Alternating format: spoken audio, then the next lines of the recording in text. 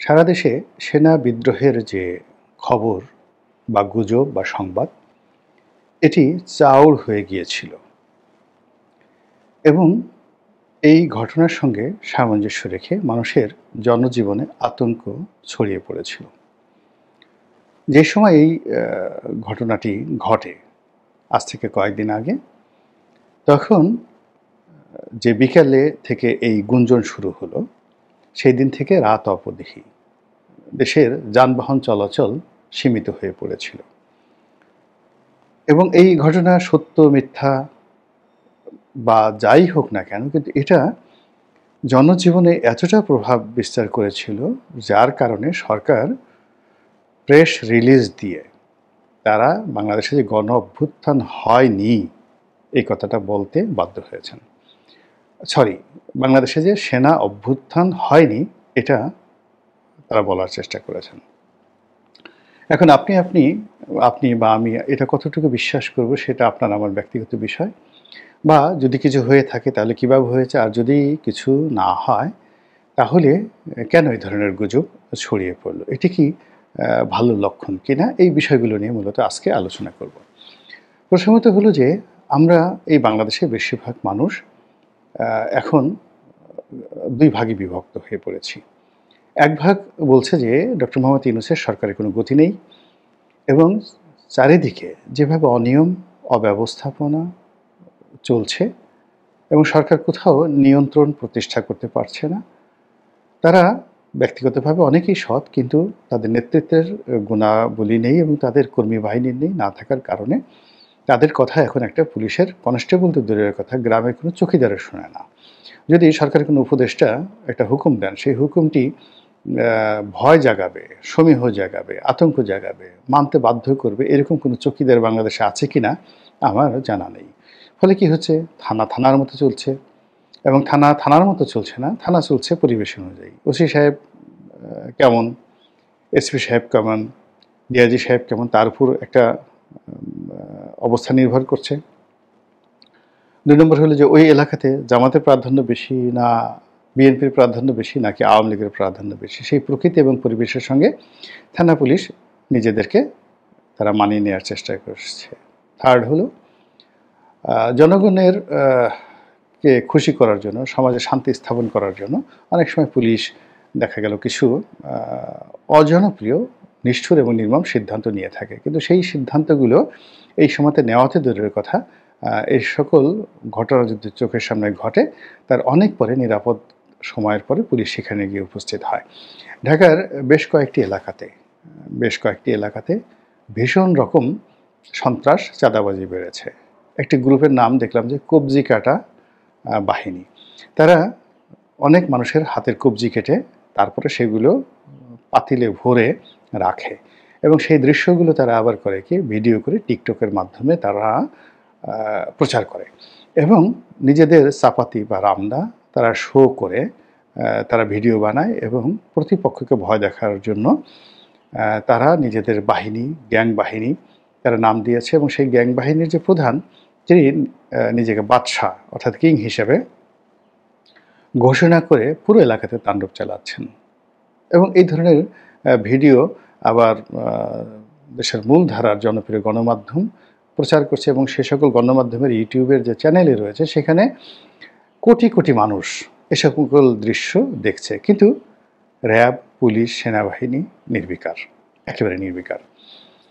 ২ নম্বর হলো যে মাঝে মধ্যে অভিযান পরিচালনা হয়, আমরা পেপার পত্রিকায় দেখি, কিন্তু কোনো অভিযানের পরেই সংশ্লিষ্ট অপরাধপ্রবণ এলাকাগুলো, যেমন ধরুন সায়দাবাদ, তারপরে উত্তরার যে ১২ নম্বর সেক্টর থেকে টঙ্গী হয়ে একেবারে যাকে বলে গাজীপুর চৌরাস্তা পর্যন্ত, এরপরে আপনি যদি নারায়ণগঞ্জের ২৫০০ যান, ২৫০০ ইন্ডাস্ট্রিয়াল বেল্ট যেটা রয়েছে সেখান থেকে ভুলতা পর্যন্ত সেই এলাকা, এরপরে চট্টগ্রামের অনেকগুলো এলাকা, তারপরে টেকনাফের অনেকগুলো এলাকা, তারপরে কক্সবাজারের অনেকগুলো এলাকা রয়েছে।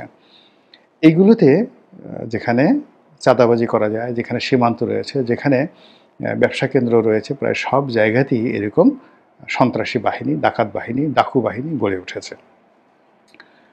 এবং এদের সঙ্গে কোনো রাজনৈতিক যোগাযোগ নেই। এদের কারো নাম চাপাতি বাহিনী, কারো নাম অমুক বাহিনী, অমুক বাহিনী। তো এগুলো মানুষের জীবনকে তছনছ করে ছেড়ে দিচ্ছে।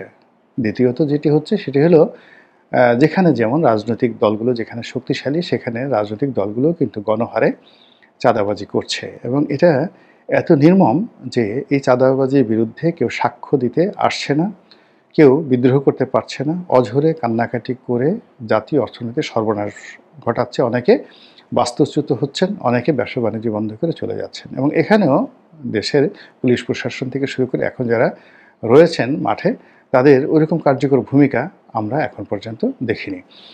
এরপরে যেটি হচ্ছে সেটি হলো যে ব্যবসা বাণিজ্য। তো ব্যবসা বাণিজ্যের দুটো বিষয় থাকে, লোকাল ইনভেস্টমেন্ট থাকে আর ফরেন ইনভেস্টমেন্ট থাকে। তো লোকাল ইনভেস্টমেন্ট, ফরেন ইনভেস্টমেন্ট গত 6 মাসে তো হয়নি, বরং অনেকগুলো বড় বড় শিল্প কলকারখানাগুলো বন্ধ হয়ে গিয়ে পুরো অর্থনীতিকে এমন একটা চাপের মধ্যে ফেলেছে। ফলে সরকারের যে গ্রাফ, সেই গ্রাফগুলো বলতে গেলে বিশ্রী রকম অসামঞ্জস্যতায় পরিপূর্ণ। দেখানো হচ্ছে এক্সপোর্ট বেড়ে গেছে। তো এক্সপোর্ট বাড়া মানে আপনার ব্যবসা বাণিজ্য ভালো হচ্ছে, নাহলে এক্সপোর্ট বিগত 1 বছরের চেয়ে বেশি হলো কী করে?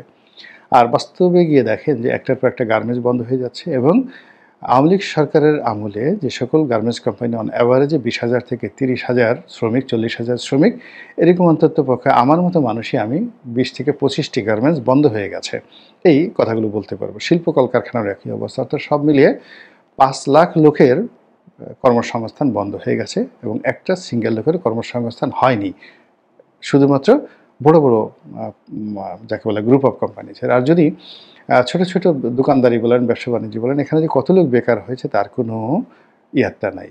এর ফলে কি হলো, আপনি সন্ধ্যার পরে ছিনতাই, রাহাজানি, তারপরে পতিতাবৃত্তি থেকে শুরু করে নানা রকম অসামাজিক কর্মকাণ্ড, জুয়া ঠুয়া, এই যেগুলো মানুষের ফ্রাস্ট্রেশনের কারণে হয়, অভাবের কারণে হয়, সেগুলো গণহারে বাড়ছে। আর ওদিকে সরকারের রিজার্ভও কিন্তু বেড়ে যাচ্ছে।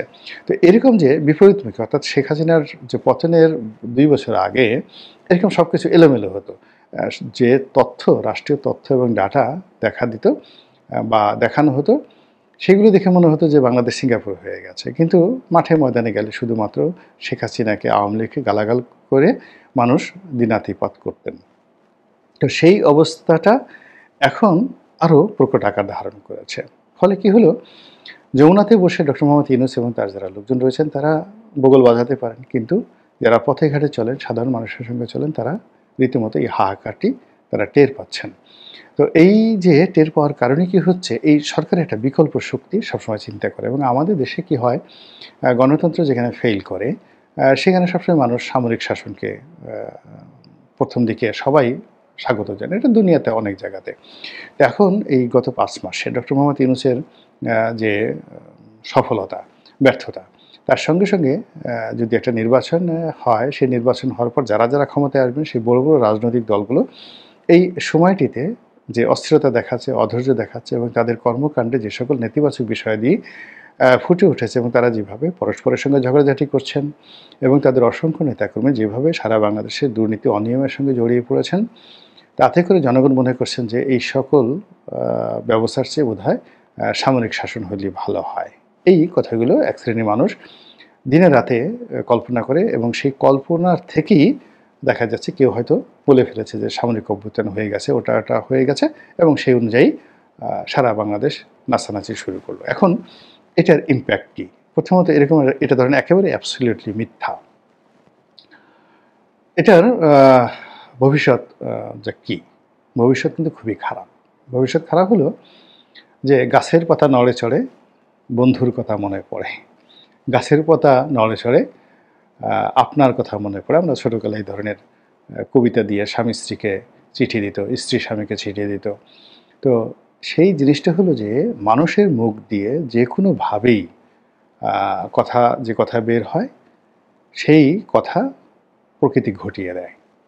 আবার মানুষ যে কথা মুখ দিয়ে বলে, নিজের অজান্তে অন্তরে সেই বিষয়গুলো নিয়ে মানুষের মনে একটা ভয় থাকে, প্রচণ্ড রকম একটা ভয় থাকে। আপনি দেখুন, শেখ হাসিনার দুটো ভয় ছিল।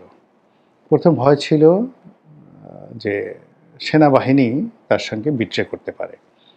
এই জন্য তিনি সেনাবাহিনীর বিকল্প পুলিশ বাহিনীকে শক্তিশালী করার চেষ্টা করেছেন। এবং আমরা এখন জানতে পারছি, দেখতে পাচ্ছি যে পুলিশের হাতে এমন সব মারণাস্ত্র ছিল যেগুলো সেনাবাহিনীর হাতেও ছিল না। কিন্তু দেখুন, এই যে সেনাবাহিনীকে তিনি ভয় পেতেন এবং সেনাবাহিনীকে ধ্বংস করার জন্য তিনি এমন কতগুলো সিদ্ধান্ত নিয়েছেন যেগুলো আপাত দৃষ্টিতে মনে হবে সেনাবাহিনীর জন্য তিনি অনেক কিছু করেছেন। তিনি তাদেরকে দামি দামি গাড়ি দিয়েছেন, লোন দিয়েছেন, ব্যাংক দিয়েছেন, প্লট দিয়েছেন, তাদেরকে সেই যাকে বলা ঝিলমিল প্রকল্প থেকে শুরু করে আরও অনেক কিছু করতে দিয়েছেন অবারিতভাবে।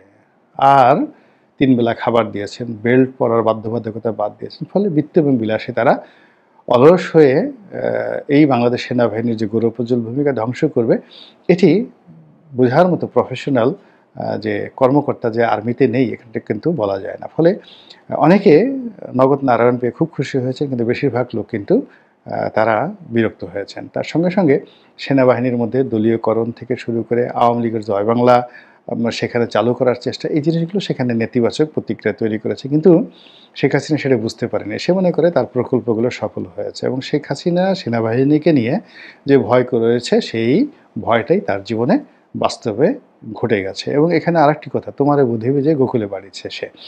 তো সেনাবাহিনীর এই যে থ্রেট, এই থ্রেটটিকে মোকাবেলা করার জন্য তিনি তার যে ছোট বোনের দেবর মেজর জেনারেল তারেক সিদ্দিকী, তাকে সবসময় নিরাপত্তা উপদেষ্টা রূপে একেবারে সেনা প্রধানের যাকে বলা হয় উপরে তাকে একটা সুপার নিউমারি পদ হিসেবে তিনি রেখেছেন, কোনো কাজে আসেনি।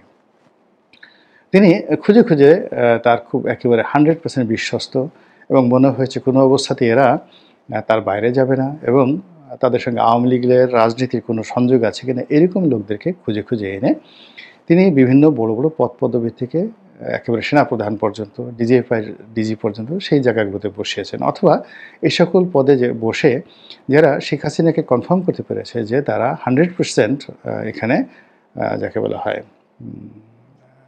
আওয়ামী লীগের পক্ষে কাজ করবে, তাদেরকে তিনি বড় বড় পদ দিয়েছেন, পদবি দিয়েছেন এবং প্রমোশন দিয়েছেন। তো সেই অর্থে জেনারেল ওয়াকারুজ্জামান তার নিকটাত্মীয়, তিনি যথেষ্ট যোগ্যতা সম্পন্ন সেনা প্রধান, সেনাপতি এবং তার শ্বশুর জেনারেল মুস্তাফিজুর রহমানও কিন্তু মিলিটারি ইতিহাসে অত্যন্ত যোগ্যতা সম্পন্ন ছিলেন। তো সেই জেনারেল মুস্তাফিজকে তিনি সেনাপ্রধান হিসেবে রেখে যে সফলতা তিনি লাভ করেছিলেন, তারই মেয়ের জামাই, জেনারেল মুস্তাফিজের মেয়ের জামাই জেনারেল ওয়াকারুজ্জামান, যে তার আত্মীয়, তাকে তিনি সেনাপ্রধান বানিয়ে তিনি সেনাবাহিনীর যে ভীতি, এই ভীতিটি দূর করতে চেয়েছিলেন। কিন্তু নিয়তি এমন একটা জিনিস, তোমার বোধহয় যে গোকুলে বাড়িছে সে, পরিস্থিতি এমন একটা পর্যায়ে চলে গেছে যে জেনারেল ওয়াকারুজ্জামান ইচ্ছা করলেও তিনি শেখ হাসিনার জন্য কিছু করতে পারতেন না। তিনি হয়তো বড়জোর কর্নেল জামিলের মতো জীবন দিতে পারতেন, আত্মাহুতি দিতে পারতেন, কিন্তু শেখ হাসিনার কোনো উপকার হতো না, বরং পরিস্থিতি আরও খারাপ হতো। তো এই যে দেখুন, আর তার যে দ্বিতীয় ভয়, শেখ হাসিনার দ্বিতীয় যে ভয়টা ছিল সেটা হলো যে তিনি তাকে পালানো লাগতে পারে, গণ অভ্যুত্থান ঘটতে পারে যে কোনো সময়, এবং জনগণ তার যত ভালো কাজই তিনি করেন না কেন, জনগণ কৃতজ্ঞ নয়, অকৃতজ্ঞ জনগণ, এদেরকে ডান্ডা মেরে ঠান্ডা করতে হবে। তো তিনি সবসময় ডান্ডা থেরাপি প্রয়োগ করেছেন এবং জনগণকে বিশ্বাস করেননি, এবং জনগণ সম্পর্কে তার একান্ত আলোচনায় কখনই তার বিশ্বাস ছিল না। তার একটা ক্রোধ ছিল যে এই জনগণ তার বাবাকে মেরেছে, এই সেনাবাহিনী তার বাবাকে মেরেছে, আর এই জনগণ হাততালি দিয়েছে, একটা সিঙ্গেল লোক সেই দিন তার বাবার জন্য কাঁদেনি। তো এই ক্রোধ তার জনগণের উপর ছিল এবং জনগণের